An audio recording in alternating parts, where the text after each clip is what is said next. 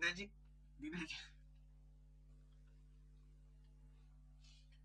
just because the Nigerian presidency have acquired a new jet, now our president is just jetting away, you know, from one country to another. He has been flying, and the country is in chaos.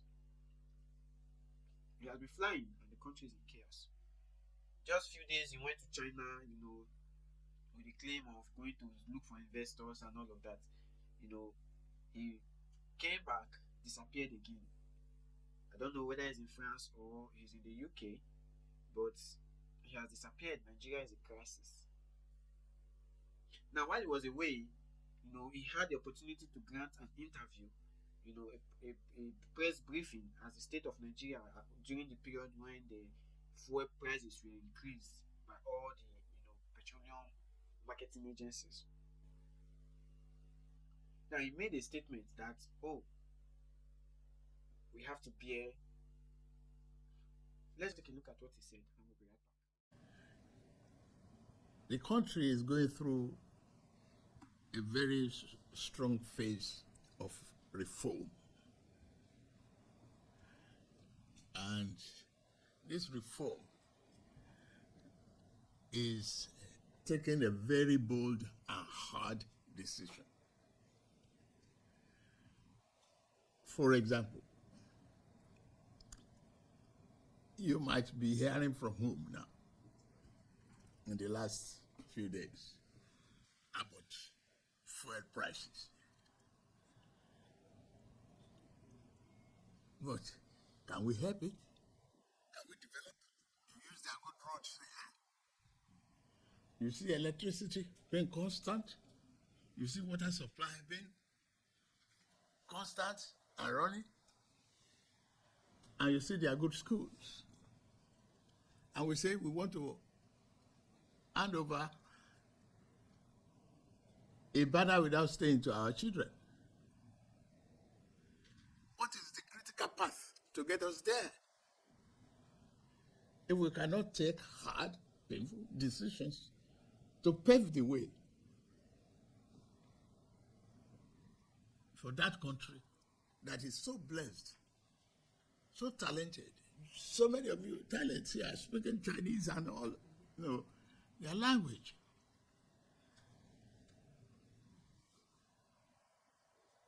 It is what you equally contribute and tell them at home that we reflect in the attitude of our parents. The more we want everything free, the more it becomes expensive to develop. That's it. It's difficult. Some good roads here. I want to emulate and reflect it back home.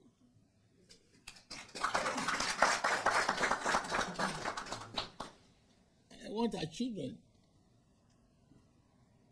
to be in good schools, not in tattered huts and dilapidated classrooms. You make teaching interesting and make business flourish. One economic action leads to another. It is in your hand to build our nation. Now is to provide the leadership that is necessary, and I'm committed to that. They need serious flogging. Serious flogging. Now, our president is not a naive someone, because he has lived in America. He has seen how they do things and how things work, how they have constant power supply, water supply, and all of that.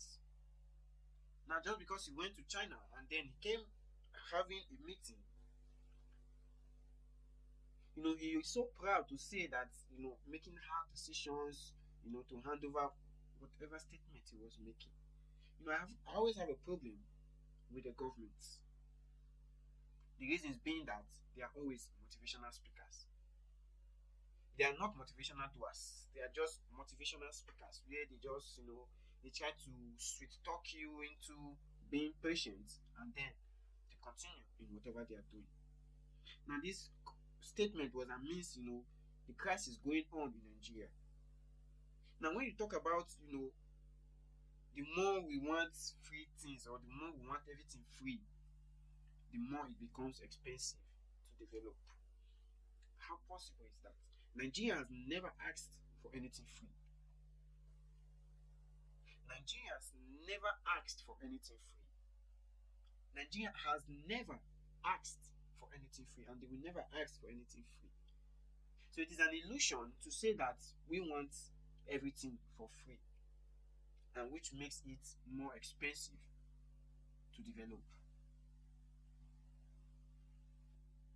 All we are asking, make it available, then we come to a negotiation. Now you are talking about them having lights, good roads, when the agencies in the Nigerian, states are very corrupt, where you budget an amount for a particular road, money is being shared, no road is being done, no one is held accountable. The same EFCC that is supposed to be running after these individuals are looking for Yahoo boys to and fro. Talk about good schools, electricity. Where are all the money that has been budgeted for electricity? Where are all the funds that have been budgeted for healthcare? Where are all the money that have been budgeted, for road and all of that? Look at those states. There's nothing to write home about. No good road. And yet you talk about Nigeria wanting things free. All they ask, do what the government is supposed to do. The basic thing of government. The basic thing of government. You are talking about wanting free. Crude oil is a natural resource in Nigeria. It is not being bought from the ground. It is being extracted from the ground. So automatically it is the commonwealth of the people. So because you bring it out from the ground and you are trying to cut their neck with an exorbitant price to get this product, it only makes the government insensitive of distribution of commonwealth. So many analysts, so many people have come up times with that number, explaining how the government can do better with the crude and how they can make life more easy for the people. But yet, they don't take heed to those advice. They don't take heed to those advice. How can you, as a president, knowing the plight of the people, choose to get a private jet, choose to build the vice presidential mansion, choose to spend this amount of money, and yet you talk about Nigeria wanting something for free? All they tell you, make the petrol available, let the electricity be constant, provide good roads, good schools. Then if you are putting a price tag, it will be understandable to a sensible man that I am paying for what I am consuming. Not that there is high demand, no supply. You are complaining that they want things for free. So many out of school children, no schools for them to get into. So many vehicles, but no road for them to ply.